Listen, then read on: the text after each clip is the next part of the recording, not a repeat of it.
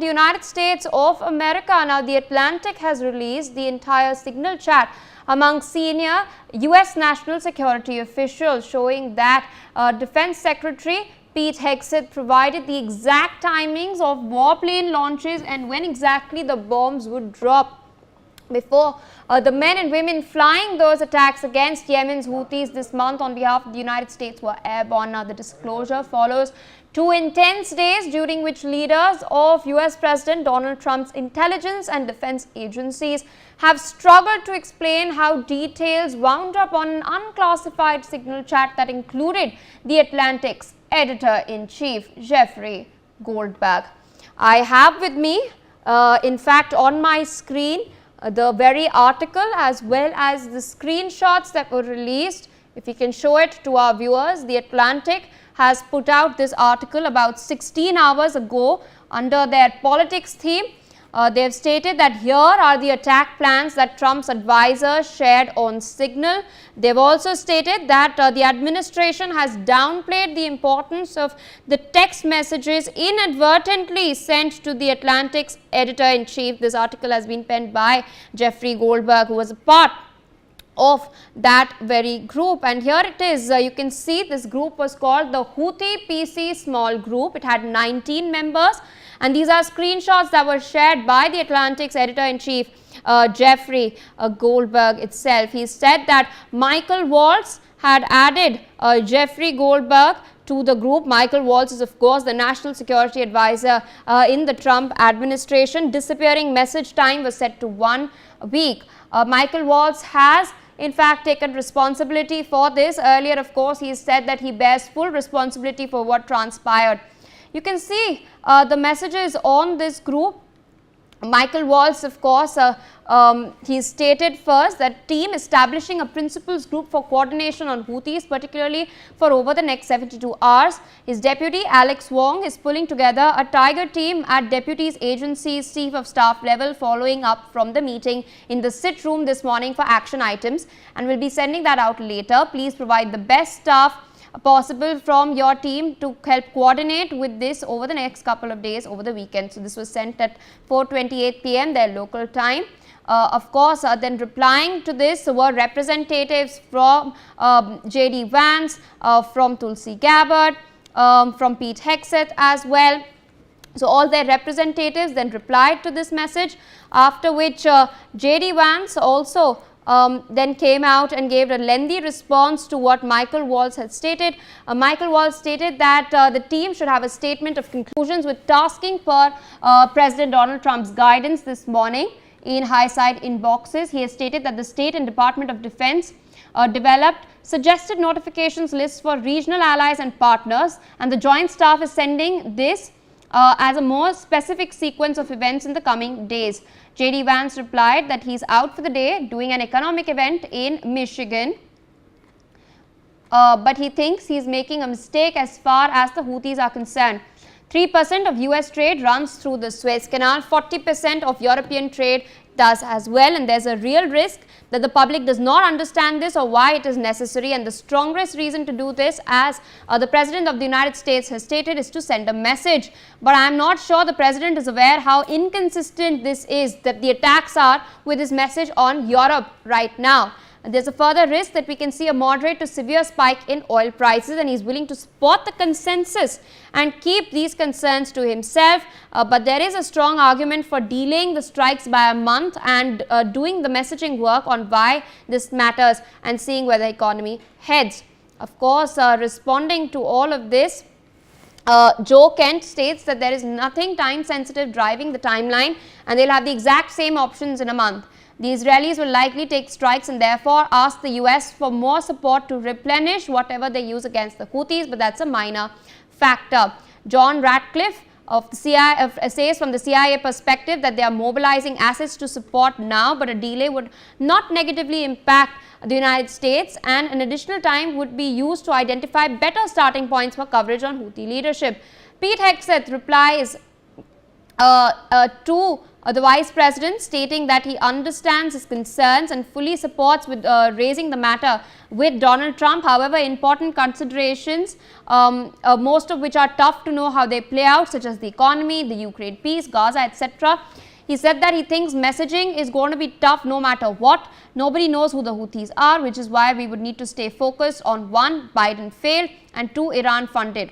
He said that waiting a few weeks or a month did not fundamentally change the calculus, and there are 2 immediate risks on waiting. Pete Hegseth has stated that this leaks and we look indecisive. So he did mention the fact that this leaks and they look indecisive, and Israel takes action first or Gaza ceasefire falls apart. He has further stated that they are prepared to execute if they had the final go or no go vote. He believes that they should. Pete Hegseth has further stated that this is not about the Houthis. He sees it as 2 things: restoring freedom of navigation, a core national interest, and re-establishing deterrence, which Biden had cratered. This is what Pete Hegseth had to say. Of course, then Michael Waltz replied that the trade figures they have are 15% global and 30% of container. It's difficult to break that down to the US and specific because much of the container either goes through the Red Sea still or around the Cape of Good Hope. There are components going to Europe that turns into manufactured good for transatlantic trade to the US. Whether they pull the plug or not today, European navies do not have the capability to defend against these types of sophisticated anti-ship cruise missiles and drones that the Houthis are now using. This is what Michael Waltz has had to observe. He's further stated, whether it's now or several weeks from now, it will have to be the United States that reopens these shipping lanes. Michael Waltz added, someone termed SM, and then further stated that, as we stated in the first PC, they have a fundamental decision of allowing the sea lanes to remain closed or to reopen them now or later, and that the US is the only ones with the capability, unfortunately. JD Vance further tags Pete Hegseth and said that if you think we should do it, then let's go. I just hate bailing Europe out again. JD Vance has further gone on to state that let's make sure our messaging is tight here, and if there are things that we can do up front to minimize risk to Saudi oil facilities, they should do it. Pete Hegseth replies that I fully share your loathing of European freeloading. It's pathetic, but Mike is correct that the US is the only ones on the planet who can do this, and nobody else is even close. Question is timing. I feel like now is as good as a time as given by the President of the United States directive to reopen shipping lanes. He's of course said that he thinks they should go, but Porter still retains 24 hours of decision space.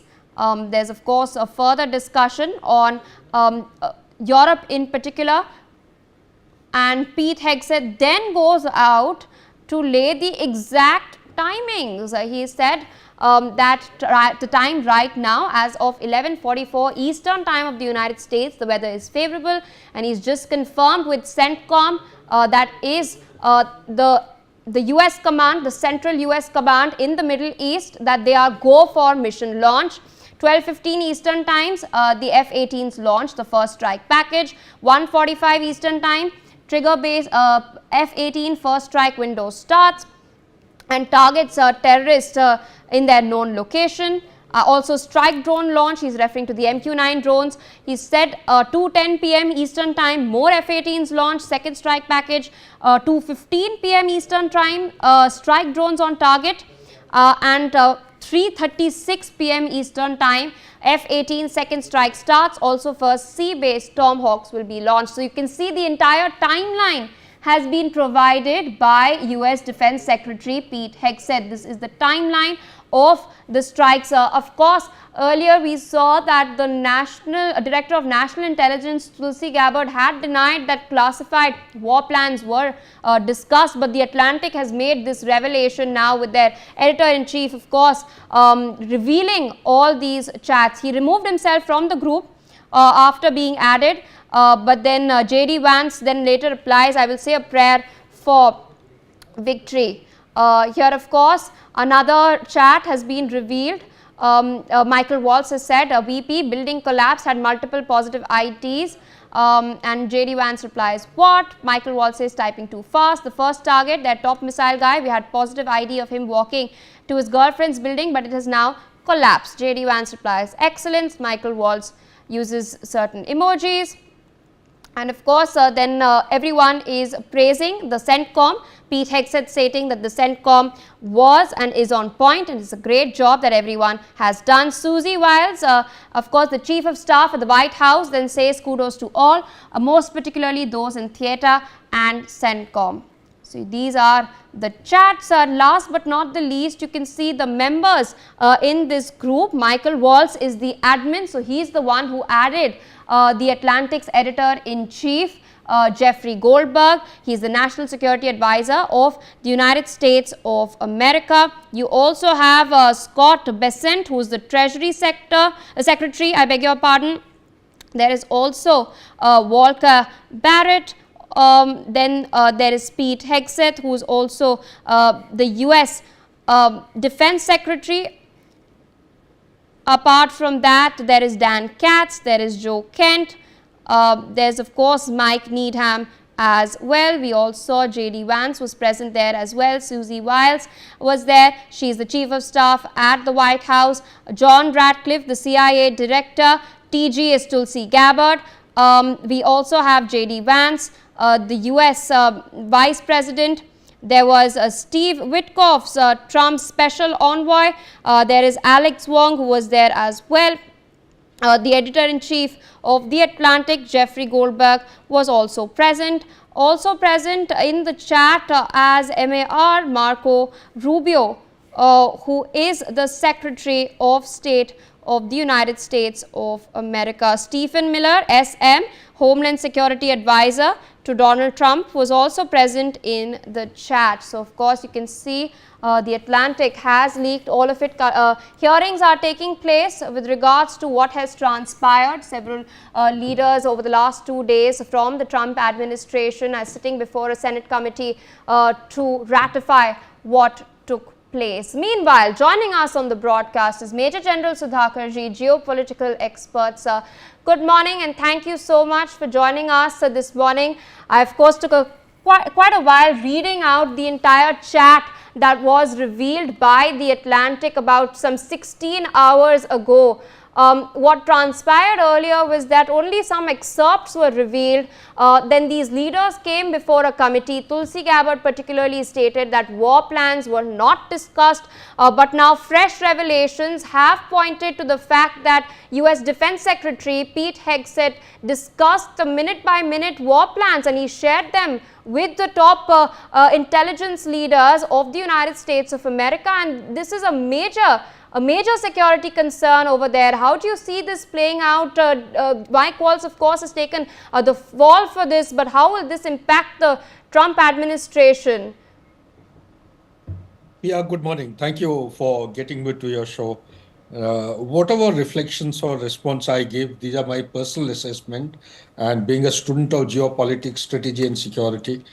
Look, strike against Houthis is not a new phenomenon. Israel was doing it.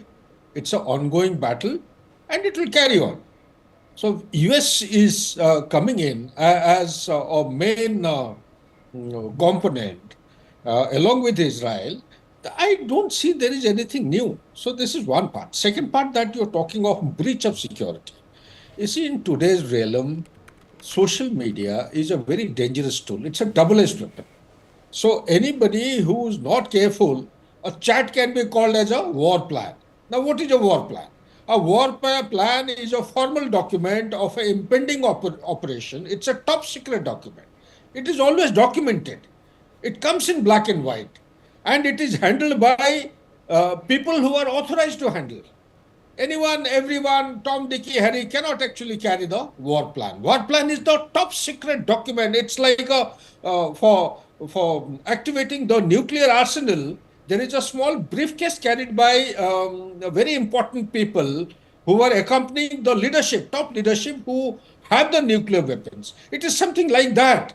War plan is not what you are chatting or what you are discussing. Yes, I do accept the fact that in this chat, very important aspects have been discussed and deliberated, and there is a conversation going on. You are not supposed to talk like this in the social media. There is a breach of security. There is no denying the fact. But to say that the war plan has been disclosed or divulged through the help of this particular social media platform, I'm sorry, as a student of military science and geopolitics, I have a different view. I don't agree with that. Now, we need to also tell our audience what does the war plan contain. The war plan will have its aim, it will have its mission, it will have its objective, and it will also discuss the option A, B, C contingency plans, and in the objective, what kind of warheads are going to be delivered in what time frame, and who is going to support whom, what will be the direction of flight of the aircraft or the resources, assets that are going to be employed, and in case of any kind of a mishap or getting surprised in between, what is A, B, C, D option to exit. Entry into a battle is important, but more important is how to exit from a particular operation. Like every war, every conflict has to have an entry and an exit plan. If it doesn't have, then this is no plan. You're just going on ad hoc basis. Last but not the least, Pia, is that I personally feel yes, there is a universal acceptance of the ongoing conflict. Well, the cry for ceasefire is there world over. Everyone wants this mindless conflict, be it in the Ukraine or in Middle East, to come to an end. But whatever be the rationale, the way it has been, the ceasefire, fragile ceasefire in Israel and north of Israel towards Lebanon has been broken time and again, and towards Gaza. And now, Houthis, of course, they were nowhere close to the ceasefire. They have been taken as a new objective because they are threatening a main sea lane of communication. You are saying 3% of US trade is passing through, 12% is hell of a lot. The global percentage of the trade, the cargo passing through Suez Canal or the Red Sea is more than 12%. That's hell of a lot. And look at the oil which is coming from the Persian Gulf.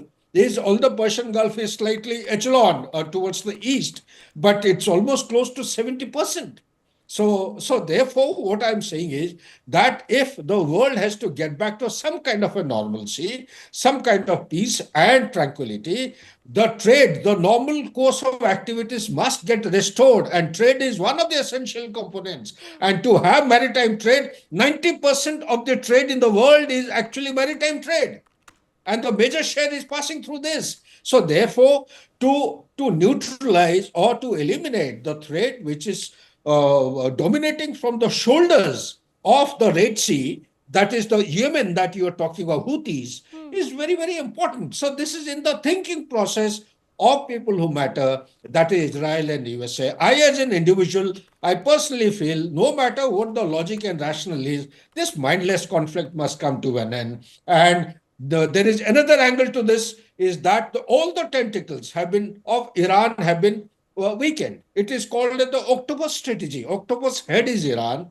and the tentacles they have is Hamas, they have Hezbollah, they have Habis al-Said, and they have the Houthis. Now, all of them have been weakened in some form or the other. Iran has been weakened to large an extent, and to take Iran to a negotiating table so as to prevent Iran going nuclear, my assessment is Houthis are the only one which are actually creating trouble. And both the Red Sea as also Israel, this is a major threat. The threat has to be eliminated or weakened or reduced in its potential danger to the existential threat of Israel, as also the peace and the normalcy that the world order is working for in the Middle East. And therefore, I personally feel there is no leakage, there is no breach of security. If you are talking in terms of a classical war plan is always a top secret document. It is documented, written in black and white. Back to you, Pia.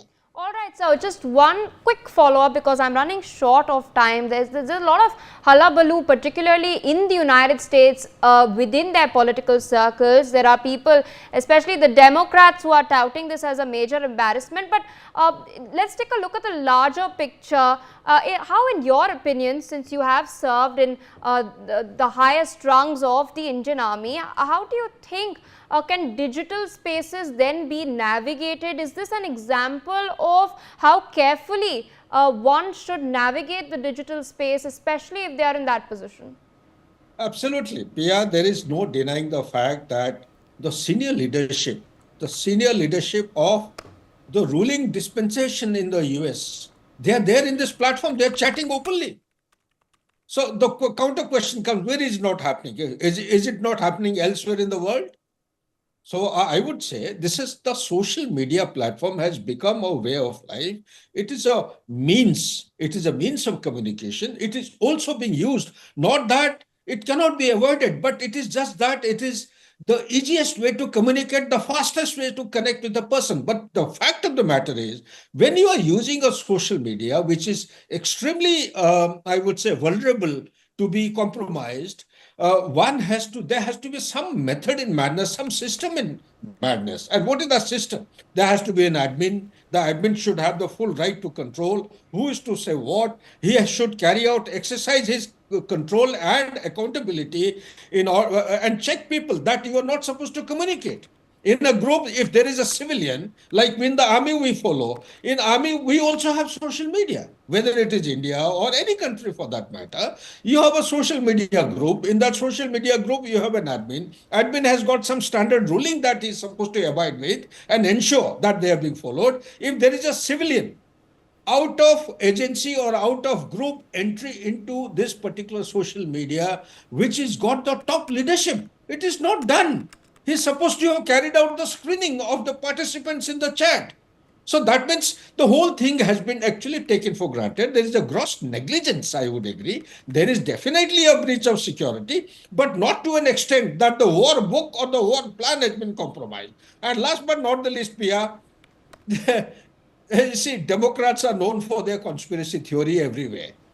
Democrats, no matter what happens, I suspect that there is a foul play which has been extended by the Democrats to compromise and also to cause embarrassment to the Republicans. This is my personal estimate. I hope I'm wrong, and if I'm wrong, I'm actually offering to be corrected. But I suspect there is a foul play which has been orchestrated and extended by some member of deep state. Democrats are nothing but deep state. Deep state is trying to penetrate into the Republican because Trump administration 2.0 is taking very, very drastic and radical steps to make America great again. Deep state doesn't want America to become great again. So that's why they will go all out to actually compromise and make sure that Trump does not take bold and radical steps to make America great again. Back to you, Pia.